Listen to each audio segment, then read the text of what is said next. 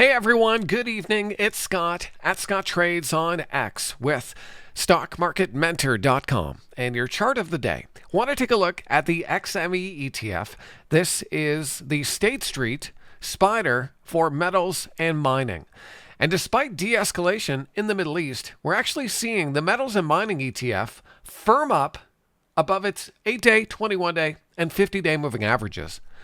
And so I've drawn a bit of a cup pattern here.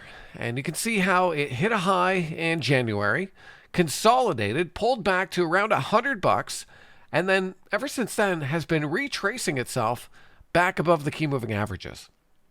Now we're just kind of bubbling under some resistance from back in February right now. And we did dip under the 8-day exponential today, but the buyers showed up and closed the ETF near the high a day.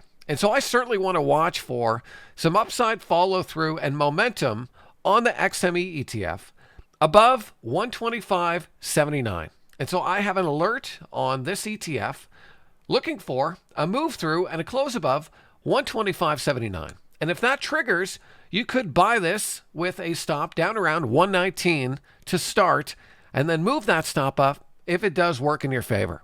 And so that's just one of many things we're watching tonight over at StockMarketMentor.com. I hope that was helpful. My name is Scott McGregor. Give me a follow on Twitter at Scott Trades. I'll see you next time.